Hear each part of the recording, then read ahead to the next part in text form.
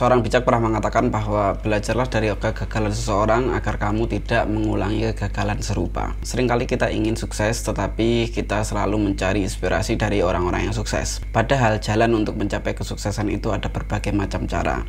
Yang harus kita pelajari adalah bagaimana orang-orang gagal itu melakukan kesalahan sehingga kita terhindar dari kesalahan-kesalahan serupa.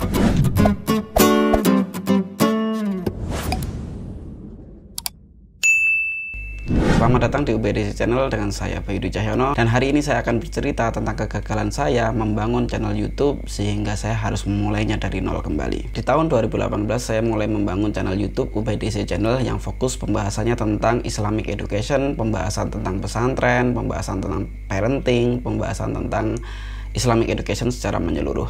Waktu itu sangat susah sekali naik di channel YouTube karena memang kondisinya belum banyak orang yang mengerti YouTube. Kemudian saya sampai pada momen dimana saya mencapai level kesuksesan yang luar biasa di era pandemi tahun 2019, 2020, dan 2021.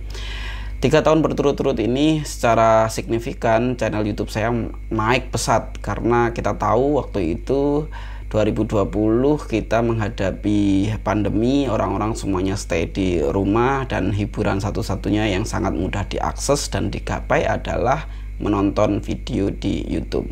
Saat itu saya membahas pendidikan, memberikan tutorial-tutorial seperti imla, tutorial-tutorial seperti cara membaca Al-Quran, dan lain sebagainya. Channel saya mengalami kenaikan yang sangat pesat, sehingga saat itu saya hampir sampai di level subscriber saya 100.000.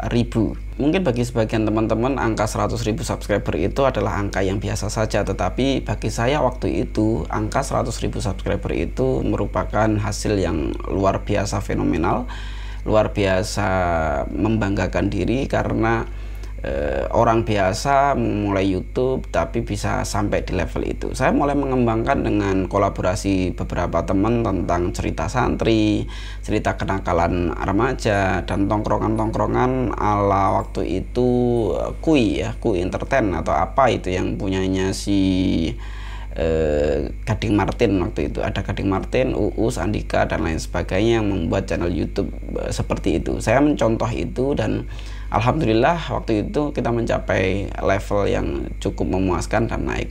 Sayangnya setelah pandemi selesai saya tidak bisa menjaga ritme upload video saya di YouTube. Hal ini yang membuat kemudian saya perlahan dilupakan oleh teman-teman subscriber dan lain sebagainya. Saya juga mulai berhenti membuat konten karena sibuk dengan kehidupan real life saya.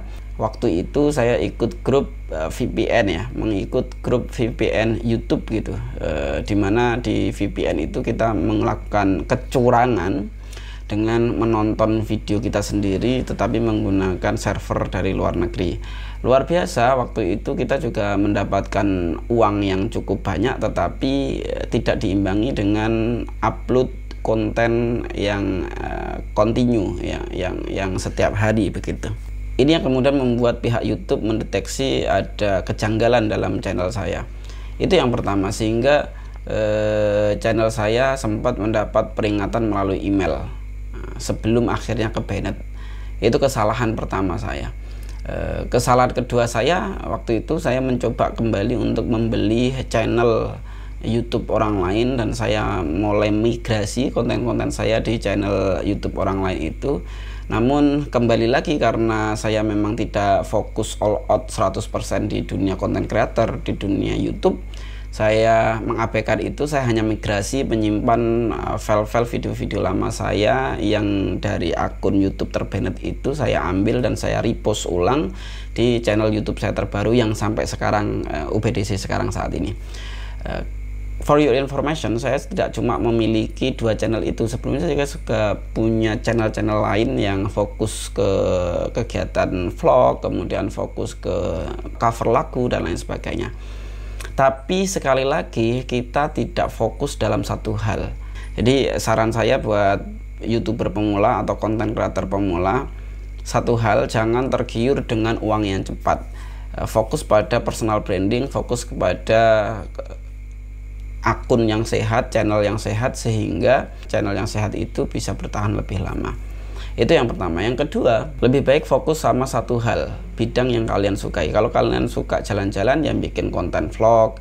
Kalau kalian suka tutorial, ya bikin tutorial. Kalau kalian suka belanja, ya bikin konten review barang dan lain sebagainya. Jadi sebaiknya fokus sama satu hal. Jangan terlalu kompleks di channel kalian, karena nanti kalian juga akan capek sendiri mencari ini itu dan lain sebagainya, ide baru dan lain sebagainya.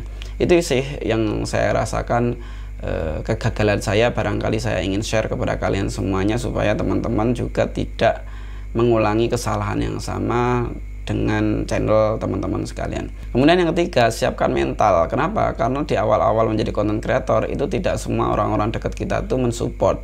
Ada kalanya mereka itu mencibir, ngapain sih kamu sok-sokan nge-YouTube, sok-sokan ngartis dan lain sebagainya. Mereka nggak tahu bahwasanya kita ini sedang personal branding.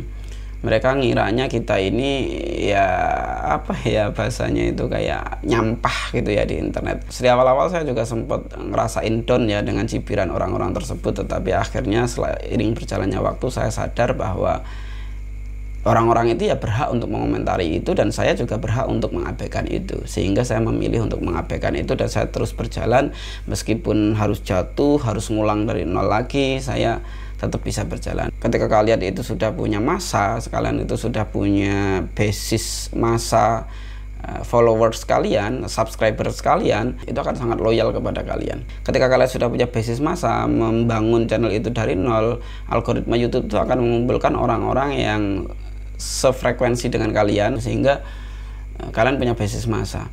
Beda dengan kasus channel saya yang sekarang saya beli ini, memang sebelumnya itu channel gamers, tetapi YouTube-nya atau video-videonya saya take down semuanya, saya hapus semuanya, dan saya ganti, saya isi dengan konten-konten saya, dengan wajah-wajah saya, dengan video-video saya dan lain sebagainya. Dan itu cukup susah sampai di level ini, sampai menemukan subscriber baru yang kemudian memang suka dengan konten saya terkait pendidikan, terkait Islamic education, pesantren, sekolah, sosiologi pendidikan, psikologi pendidikan dan lain sebagainya. Setiap dari perjalanan hidup itu ada kalanya kita jatuh, ada kalanya kita tersandung, ada kalanya kita gagal, tetapi ketika kita memilih untuk berhenti, maka perjalanan hidup itu selesai.